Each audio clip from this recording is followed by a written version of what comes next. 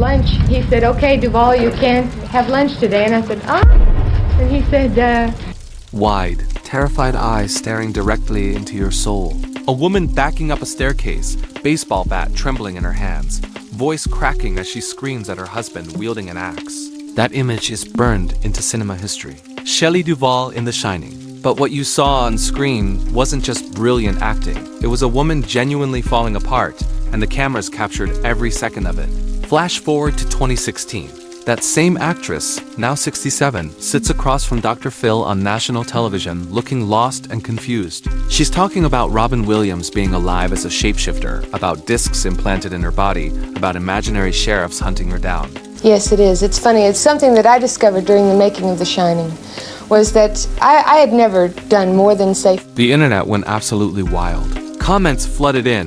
What happened to her? Did Kubrick really break her mind? This is heartbreaking to watch. For over 20 years, Shelley Duvall completely vanished from Hollywood. No red carpets, no interviews, nothing. Just silence and wild speculation. Some said Stanley Kubrick's brutal methods on The Shining destroyed her psychologically. Others whispered about breakdowns, institutions, total mental collapse. The theories got darker and darker as the years went on, but nobody knew the real story. And honestly, what happened to Shelley Duvall is more disturbing than any rumor, because this isn't just about one actress losing her way. It's about an industry that chews people up for profit, spits them out when they're used up. No, not successful at the box office, but very successful with reviews. We got every critic that was necessary. And doesn't give a single DMN until there's drama to exploit. This is the story of how Hollywood's Golden Girl became its most tragic cautionary tale, and why her reasons for disappearing reveal something absolutely rotten at the heart of fame. Stanley Kubrick had a reputation long before The Shining. Everyone knew he was a perfectionist who pushed actors past their breaking point. But what he did to Shelley Duvall during that production crossed every line imaginable. Kubrick operated on a simple philosophy. Genuine emotion only comes from genuine suffering. He didn't want Shelley to act terrified. He wanted her to be terrified. So he designed an entire system specifically to break her down psychologically. While Jack Nicholson got to joke around between takes and have fun playing a maniac, Shelley was put through systematic torture disguised as filmmaking. The baseball bat scene became infamous for a reason. How do I sleep? You sleep okay? Very difficultly, no. I sleep with clothes and anything I can... Kubrick forced Shelley to perform that sequence 127 times. 127 takes of swinging a bat, screaming, crying, backing upstairs in absolute panic. It's literally in the Guinness World Records as the most takes ever filmed for a scene with dialogue. By the end, her hands were destroyed, covered in blisters and cuts. And he cried. Everybody cried at the dinner saying that. Her throat was so raw from screaming that she could barely speak. Severe dehydration left her dizzy and weak.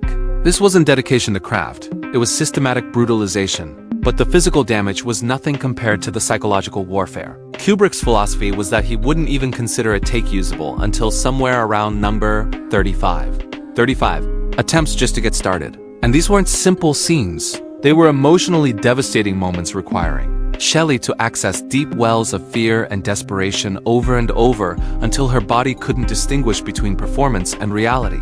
The set became a prison. Kubrick instructed the entire crew to isolate Shelley, to show her no sympathy or encouragement. While everyone else got treated like professionals, Shelley got the cold shoulder. Kubrick would publicly tear her performance apart while praising Nicholson in front of everyone. It was calculated cruelty designed to make her feel worthless and alone, because that's what he needed Wendy Torrance to embody. Her hair started falling out, not gradually, in clumps. Actual handfuls of hair from stress-induced alopecia. Jack Nicholson, no stranger to intense roles himself, later admitted he couldn't comprehend how Shelley survived each day. Even he recognized that what was happening to his co-star went beyond normal filmmaking demands. Years later, Shelley described the experience as the hardest thing she'd ever endured, comparing it to psychological torture that left her emotionally hollowed out and physically destroyed. The twisted part? She defended Kubrick afterward, saying he was kind and warm off camera, that it was important work. Classic abuse victim mentality, justifying the torment because maybe it served some higher artistic purpose. Whether Kubrick meant to permanently damage her or simply didn't care about collateral damage in his pursuit of perfection, the result was the same. What audiences see in The Shining isn't a performance. It's a documentary of a human being systematically dismantled for art, and everyone applauded without knowing what it cost. After surviving that hellish production, you'd expect some recognition, some acknowledgement of the sacrifice. Instead, Hollywood decided to publicly humiliate her. Critics watching The Shining didn't understand what they were seeing. They called Shelley's performance over-the-top, hysterical, irritating. They missed the point entirely. That constant edge of terror in her voice wasn't a choice. It was the natural result of spending a year in genuine psychological distress. But critics don't care about context. They just judge what's on screen. Stephen King absolutely hated Kubrick's adaptation and saved his most vicious criticism for Shelley's portrayal. He called Wendy Torrance one of the most misogynistic characters ever filmed, reduced to someone who only screams and acts stupid. Coming from the original author, that public condemnation was devastating. Shelley had given everything, and now even the creator of the story was trashing her work. Then came 1981, the Razzie Awards, Hollywood's mean-spirited joke ceremony designed to mock bad performances, nominated Shelley Duvall for Worst Actress. Imagine that for a second. This woman literally lost hair from stress, bled for the role, endured systematic psychological abuse, and the industry's response was to give her an award for being terrible. The cruelty is almost incomprehensible. That nomination followed her for decades like a scarlet letter. It became part of her identity in Hollywood. The actress who was so bad in her most famous role that she got a Razzie. Meanwhile, The Shining's reputation grew. Kubrick became more legendary. Nicholson's performance got more iconic. Everyone benefited except the woman who'd suffered most. Slowly, though, the narrative started shifting. Behind-the-scenes footage emerged showing just how brutal Kubrick's methods were.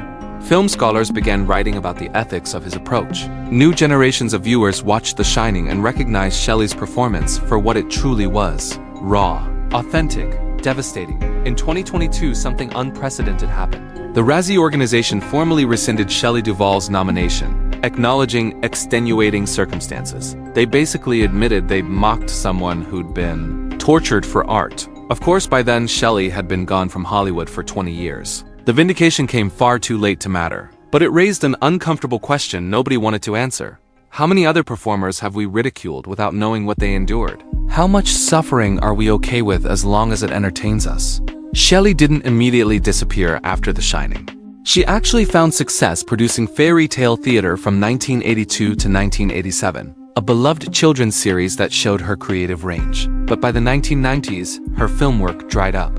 Hollywood was moving on without her. And 1994 hit her like a freight train. Her brother died. Almost simultaneously, the Northridge earthquake destroyed her Los Angeles home. Everything collapsed at once, family and physical security gone in the span of weeks. For someone already dealing with years of criticism and the lingering trauma from Kubrick's set, it was too much weight to carry. Shelley made a choice that shocked the industry. She was done. She packed up and moved back to Texas, leaving Hollywood completely behind. Her last film was a small independent project in 2002, and after that she vanished into thin air. That's when the rumors started spiraling out of control. When a famous person disappears without explanation, people create their own narratives, and the story everyone latched onto was simple and dramatic. Kubrick broke her. The Shining destroyed her mind. She'd completely lost it and was hiding from the world. Online forums buzzed with speculation. Some claimed she'd been institutionalized. Others said she was living homeless on the streets. There were rumors of complete psychotic breaks, of her becoming unable to function in society. Reddit threads asked, "Whatever happened to Shelley Duvall?" every few months. YouTube videos with titles like "The Tragic Disappearance of the Shining Star" racked up millions of views. The myth grew bigger every year. The tragic actress driven to madness by a cruel director's impossible demands. It was compelling, cinematic, and completely oversimplified. But what actually happened was less sensational and more human. Shelley later made it clear she didn't lose her mind because of Kubrick. Yes, the experience was brutal and traumatic, but it wasn't what drove her away. What made her leave was exhaustion with Hollywood itself. The constant pressure, the criticism, the way the industry treats people like disposable products. And when real tragedies hit her, losing her brother and her home, she realized something simple. She didn't need any of this, so she walked away. She moved to a small Texas town with her longtime partner Dan Gilroy and built a quiet life away from cameras. For 2 decades, she lived in complete anonymity. No interviews, no contact with her old life, just peace. Speculation continued online throughout those years. Everyone had theories, but nobody had facts. Some claimed they'd spotted her at random places. Others shared third-hand stories about her mental state. The mystery only deepened her legend. What nobody realized was that Shelley's disappearance wasn't mysterious at all. It was a conscious decision by a woman who'd been chewed up by an industry that valued profit over people. She chose herself over fame, and honestly, that might be the sanest decision she ever made. November 2016 shattered Shelley's carefully guarded privacy. After years of silence, she appeared on Dr. Phil in an episode titled, A Hollywood Star's Descent into Mental Illness, saving Shelley Duvall. Right there in the title, you can see the exploitation. This wasn't about helping anyone, it was about ratings. Shelley was 67, and the moment she appeared on screen, viewers knew something was seriously wrong. She looked fragile and disoriented, and when she started talking, what came out was absolutely heartbreaking. She believed she was being hunted by imaginary figures, mentioning the Sheriff of Nottingham as a threat. She insisted Robin Williams, who'd been gone for 2 years, was actually still alive but transformed into some kind of shapeshifter creature. She claimed she had a disc implanted in her body causing pain. These weren't quirks or eccentricities. These were obvious delusions from someone experiencing severe mental health issues. And millions of people were watching it happen in real time. At one devastating moment, Shelley looked at the camera and said 5 words that still haunt everyone who watched. I'm very sick. I need help. Dr. Phil responded with promises. He'd connect her with specialists, provide treatment, give her the support she desperately needed. By the episode's end, viewers learned Shelley had refused medication and treatment and was being taken home safely with professional care arranged. But was any of this actually about helping Shelley? Or was it just another case of exploiting someone's pain for television gold? The backlash exploded immediately. Mia Farrow went on social media and absolutely destroyed the show, calling it distressing and unethical to exploit someone so vulnerable. She said there should be laws protecting mentally ill people from predatory television hosts and called Dr. Phil exactly that, a predator profiting off suffering. The most powerful defense came from an unexpected source. Vivian Kubrick, Stanley's daughter, wrote a passionate open letter condemning the episode as exploitative and shameful. You'd think she might stay quiet given that many blamed her father for Shelley's condition. But instead she called the show sick entertainment that turned Shelley into a circus act. She didn't hold back. She accused Dr. Phil of displaying Shelley's suffering like a freak show for ratings. Then Vivian did something beautiful. She launched a crowdfunding campaign for Shelley's medical treatment. Within hours, thousands of dollars poured in from fans, colleagues, and strangers who wanted to help. The outpouring was touching but also enraging because where the HLL was Hollywood? Where were the studios that made fortunes off The Shining? Where were the industry organizations supposedly there to support their own? Media outlets picked apart the ethics of the episode. People debated whether it's ever acceptable to put someone in obvious psychiatric distress on television. Dr. Phil's entire approach got questioned. Was his show about helping people or exploiting them for entertainment? The consensus was pretty clear. He crossed a major line. For Shelley, though, the damage was permanent. She'd been exposed at her absolute lowest point, stripped of dignity in front of millions. And it would take 5 more years before she'd reveal just how much she regretted that decision. 2021 brought a rare interview with The Hollywood Reporter, where Shelley finally opened up about the Dr. Phil disaster. What she revealed made the exploitation even clearer. She said she discovered what kind of person he is the worst way. A polite way of saying she felt completely betrayed. Whatever promises had been made about help and support turned out to be empty. She'd been used for content, nothing more. Her mother had been furious from the start.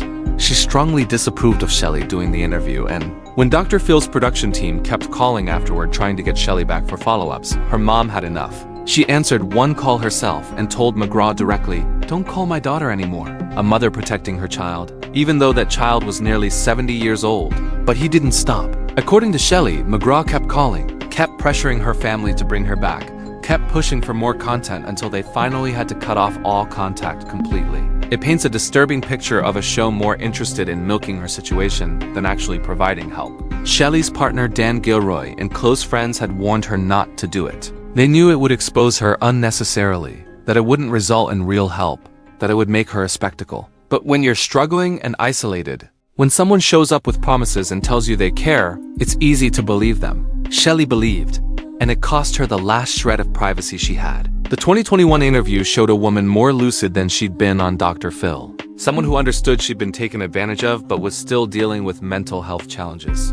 She wasn't the completely delusional person the show presented. She was a human being trying to maintain dignity while grappling with illness. Questions emerged that Dr. Phil never adequately answered. Why was he so eager to put someone in obvious distress on TV? What happened to that treatment he supposedly offered? Did his team follow up after the camera stopped? Or was it all performance? When asked years later, McGraw claimed he had no regrets, that he tried to help and Shelley refused treatment. To most people, that response felt hollow and defensive. The whole situation became a symbol, media treating mental illness as entertainment, packaging human suffering as compelling content, and audiences consuming it without questioning the ethics. Shelley became a case study in exploitation, and the conversations around her pushed society to think harder about consent, vulnerability, and responsibility when dealing with people in crisis. After the Dr. Phil nightmare, Shelley retreated back into privacy.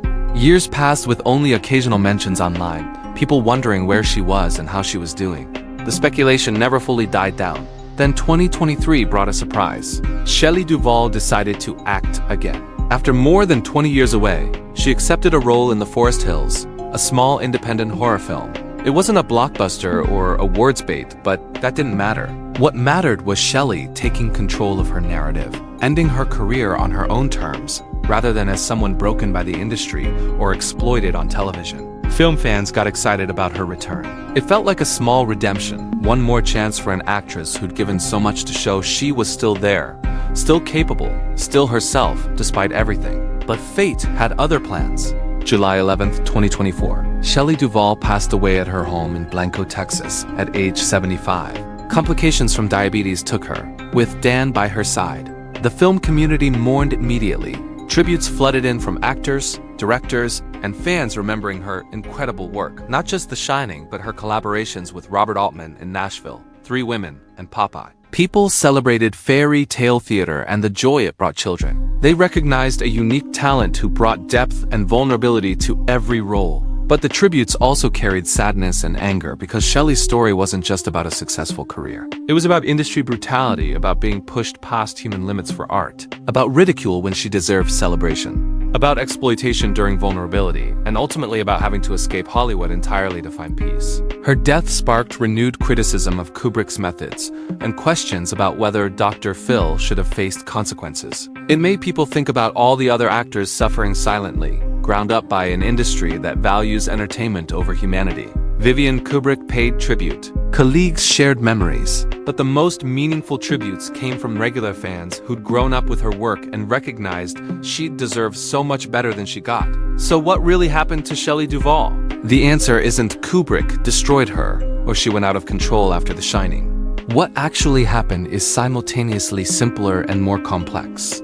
Shelley was an immensely talented actress who gave everything to her craft. She endured genuine psychological torture on Kubrick's set that left lasting scars. She faced cruel criticism when she deserved praise. She dealt with personal tragedies that would devastate anyone.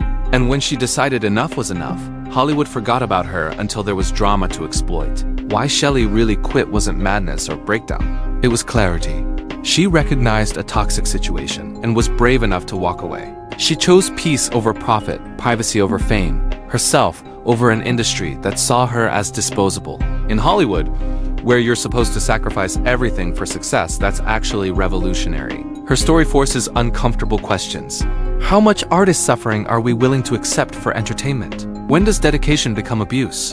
What responsibility does Hollywood have to people who make it billions? When someone's clearly struggling, do we help privately or exploit publicly? Shelley deserved recognition, support, and respect. Instead, she got criticism, exploitation, and abandonment, but she also got freedom. She walked away and spent her final years on her own terms, which might be the greatest victory possible against an industry designed to consume you. Shelley Duvall's legacy is those incredible performances that will live forever. Yes, but it's also her refusal to let Hollywood completely destroy her. She survived Kubrick, survived the critics, survived exploitation, and carved out 2 decades of peace. We owe it to her memory to remember the complete story, not just the sensational parts, not just the shining scenes or the Dr. Phil disaster, but the whole picture of a brilliant actress who fought to maintain her humanity in an industry determined to take it. Maybe her story will make us treat the next talented, vulnerable artist better. Because there will always be another Shelley Duvall, another demanding director,